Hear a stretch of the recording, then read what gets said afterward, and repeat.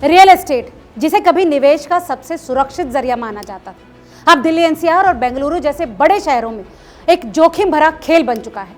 Property market में कीमतों का असामान्य उछाल और कृत्रिम मांग ने इसे पोंजी स्कीम जैसा बना दिया है। दोस्तों, आज की इस रिपोर्ट में समझेंगे इस हकीकत को डिटेल में। प्रॉपर्टी कंसल्टेंट एनरॉक की हालिया रिपोर्ट के मुताबिक पिछले 3 सालों यानी 2022 से 2025 में दिल्ली एनसीआर में प्रॉपर्टी की कीमतें 25% से लेकर 125% तक बढ़ चुकी हैं। जमीन की कीमतों में तो 3 से 5 गुना का उछाल देखा गया। औसतन घरों की कीमतें 2 से 3 गुना तक बढ़ गई हैं। दूसरी तरफ मुंबई और इसके आसपास के इलाकों में इसी अवधि में कीमतों में केवल 13% की बढ़ोतरी हुई। दोस्तों, ये अंतर साफ तौर पर दिल्ली एनसीआर में कृत्रिम मूल्य वृद्धि की ओर इशारा करता है। कुछ विशेषज्ञों का मानना है कि नोएडा जैसे क्षेत्रों में कीमतें इसलिए बढ़ी हैं क्योंकि वहां कई सालों तक दाम स्थिर रहे और अब ये बाजार अन्य शहरों को कैचअप करने की कोशिश कर रहा है। लेकिन दोस्तों, ये तर्क गुरुग्राम पर लागू नहीं होता, जहां कीमतें पहले से ही लगातार बढ़ रही थी।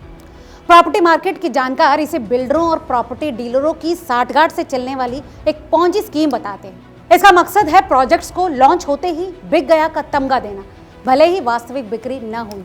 दरअसल दिल्ली एनसीआर में ज्यादातर प्रोजेक्ट्स में पहला खरीदार कोई आम ग्राहक नहीं बल्कि प्रॉपर्टी डीलर या फिर ट्रेडर होता है। दोस्तों, ये ट्रेडर बल्क में कई फ्लैट्स या फिर प्लॉट्स बुक कर लेते हैं और फिर बिल्डर और डीलर मिलकर कीमतें बढ़ाते हैं। इसे एक उदाहरण से समझते हैं। दोस्तों, हाल ही में दिल्ली एनसीआर के एक बड़े बिल्डर ने यमुना एक्सप्रेसवे पर 1200 करोड़ के प्लॉट बेचे। इस खबर ने शहर के तमाम अखबारों में जगह बनवाई, लेकिन गहराई में जाएं तो पता चलता है कि ये सौदा केवल कागजी था। इसमें 10 करोड़ रुपए की प्रॉपर्टी के लिए एक्सप्रेशन ऑफ इंटरेस्ट यानी EOI के जरिए बुकिंग हुई, जिसमें 10 से 20 लाख रुपए प्रति प्लॉट लेकर बाकी राशि लंबे समय में जमा कराने का वादा किया गया। कुल मिलाकर बिल्डर को 75 से 150 करोड़ रुपए ही मिले, लेकिन बाजार में ये संदेश दिया गया कि मांग बहुत ज्यादा है। मान लो कि एक बिल्डर 50 एकड़ की टाउनशिप बनाता है और इसे 3 फेजेज में लॉन्च करता है। पहले फेज में 500 प्रॉपर्टीज और हर एक की कीमत 2 करोड़ रुपए, यानी कुल मिलाकर 1000 करोड़ की इन्वेंट्री। बिल्डर 1 लाख रुपए प्रति EOI के जरिए 50 करोड़ रुपए जमा कराता है और दावा ये करता है कि 1000 करोड़ का माल बिक गया, बाकी 950 करोड़ कागज पर हैं। दोस्तों, यहाँ से शुरू होता है इन प्रॉपर्टी डीलर्स का असली खेल। एक डीलर 20 करोड़ रुपए लगाकर 20 यूनिट्स बुक करता है। वो इन यूनिट्स को 8 से 10% बड़ी कीमत यानी कि 2.2 करोड़ प्रति यूनिट पर रीसेल करता है। इससे उसे प्रति यूनिट 20 लाख रुपए का मुनाफा होता है।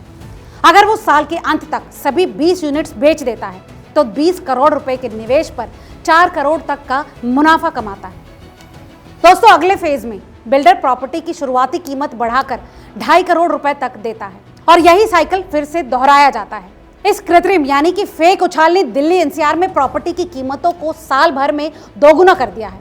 इसका असर पुरानी प्रॉपर्टी यानी सेकेंडरी मार्केट पर भी पड़ा है, जो समान अनुपात में महंगी हो गई है। लेकिन दोस्तों, ये तेजी अब थमने की कगार पर है। एनरॉक के ताजा आंकड़ों की माने तो दिल्ली एनसीआर में 89,000 फ्लैट्स की इन्वेंट्री बिक्री का इंतजार कर रही है। मुंबई में ये संख्या 1,77,000, बेंगलुरु में 59,000, पुणे में 80,000 और हैदराबाद में 98,000 है।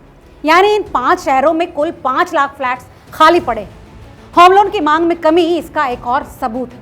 फाइनेंशियल ईयर 2024 में होम लोन की ग्रोथ 9.4% थी, जो अब घटकर 2.7% रह गई है। यानी लोग अब घर खरीदने के लिए कम लोन ले रहे हैं। साथ ही प्रॉपर्टी रजिस्ट्री की संख्या भी कम हुई है, जो कि बाजार की सुस्ती को साफ दिखाता है। दोस्तों, अगर ये नकली तेजी रुकती है तो प्रॉपर्टी डीलर अपनी किस्तें चुकाने तक में असमर्थ होंगे, जिससे डिफॉल्ट शुरू हो सकता है। डिफॉल्ट बढ़ने से बाजार में कीमतें गिरेंगी और प्रोजेक्ट्स का काम रुक सकता है। एक्सपर्ट्स का मानना है कि 50 से 100% की वार्षिक मूल्य वृद्धि ने इस खतरे को जन्म दिया है।